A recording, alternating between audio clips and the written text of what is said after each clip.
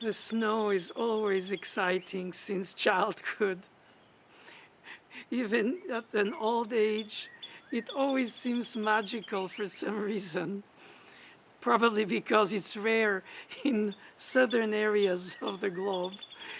In the middle of the spring, but it's exciting. It's like being a child again.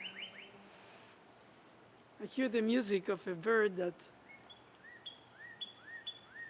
certainly is communicating something about probably the weather too.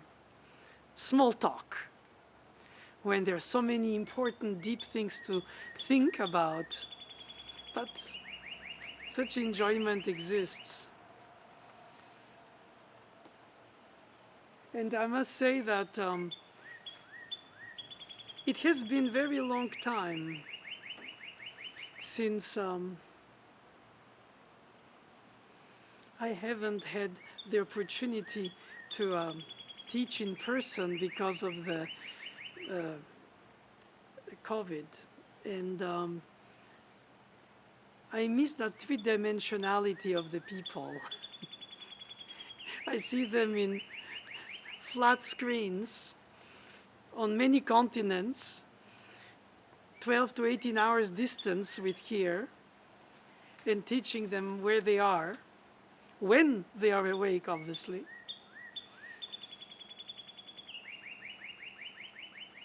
Certainly a good soprano singer, this bird. And I discovered that, in fact, the attention span on a screen is more intensely demanding than in person. I guess you get distracted in person by things, but when you focus on the screen, on both sides, around a piece to play better, hopefully rightly, it's another challenge. And I found that I learned during this pandemic situation of distance teaching how to sing the fingerings instead of mentioning them directly or writing them on the score of the student while they play, which shortcuts a lot of the time to go to the essential about interpretation, but also technique. And of course, fingerings, that's the one. So I can 2, 5, 4, 2, 4, 3, 2, 5, 2, 4, 3, 2, 3, 5, slide 5, and then especially more complicated when it comes to substitutions. Slide to 2, and then, But we adapt, because the essential thing is to serve the muse. It's such a marvelous calling to teach, to see how the ideas are shaped not only in theory but in reality by the students. Their own ones, not just mine. I can give examples, and often my problem is that to make the point, I exaggerate in the example, so it's almost, I have to go, no, but really, when you play, you should sound just a little hint of that exaggeration. Because to prove the point, then you miss the point. Silly thoughts. But always eager to understand, to feel, to hear, to guess, because the sound transmission isn't that great. If what I hear is what they really do, or is it reduced or augmented by the filter of the sound system that goes through the internet.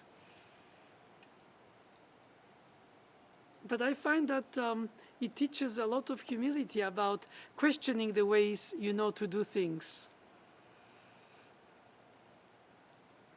But I think the same thing happens anyway, because while the student plays, you guess how they should play it, and you try to help them get there. So you always have, as a teacher, for the conductor and the orchestra, a bit ahead.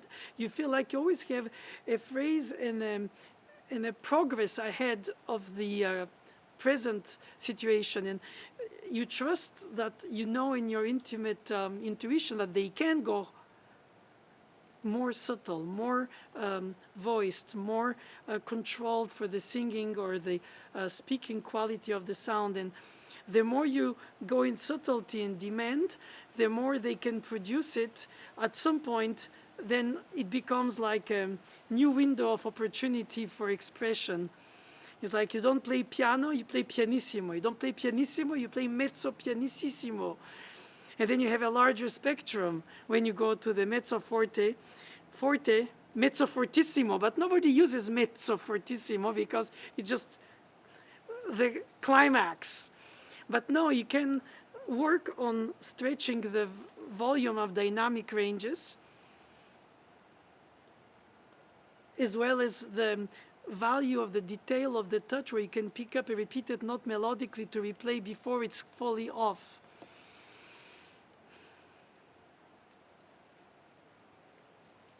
God, it's so fun to be under the snow in the spring. That's silly.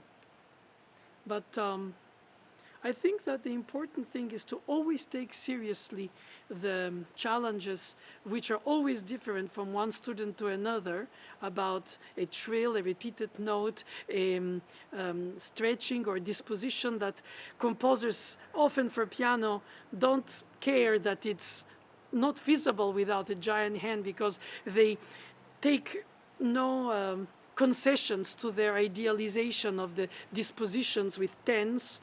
And you have SATB kind of quartet writing. And if you arpeggiate how and when and where the beats and where is before the beat, without to adulterate too much the rhythmic pulse of it, because you have to arpeggiate in order to catch it, because you cannot plug it. And if you cannot plug it, then you're obliged to find compromises. So yes, I am sort of the hyphen between the composer and the student. Oh, I don't imagine that they trust me 100%, but I involve myself 100%. And something out of what I suggest might work out for them in the midst of what they get from every other place. Because today the information about music playing is phenomenal in quantity and quality and availability. So the teacher's opinion is one among many. Before, in my generation, it was the master said. And that, I think, is also healthy, because it gives you the opportunity as a teacher to always rethink, reevaluate. Because what's the point if I just teach them to play it like I played it when I learned the piece, if it were? I don't find that very healthy. I think it's important for me to be attuned to what they search for. And say, perhaps not this way, but that way. So in fact, I adapt to the budding visions of the pieces of theirs. I can almost teach against the way I play it, if I consider that it corresponds to their own expression, to their own making sense of it. And it's beautiful, because if not, it will be just a reproduction, whenever this is a new way of rebuilding the paradigm from the bottom up, voice by voice, part by part, section by section, breathing, organizing, counting. Takes so much cognitive memorization of gestures for precision, as well as for captivating interpretations where you don't want to be surprised by shifting to a wrong bass note. So you have to shift, anticipate, touch, play, count, organize.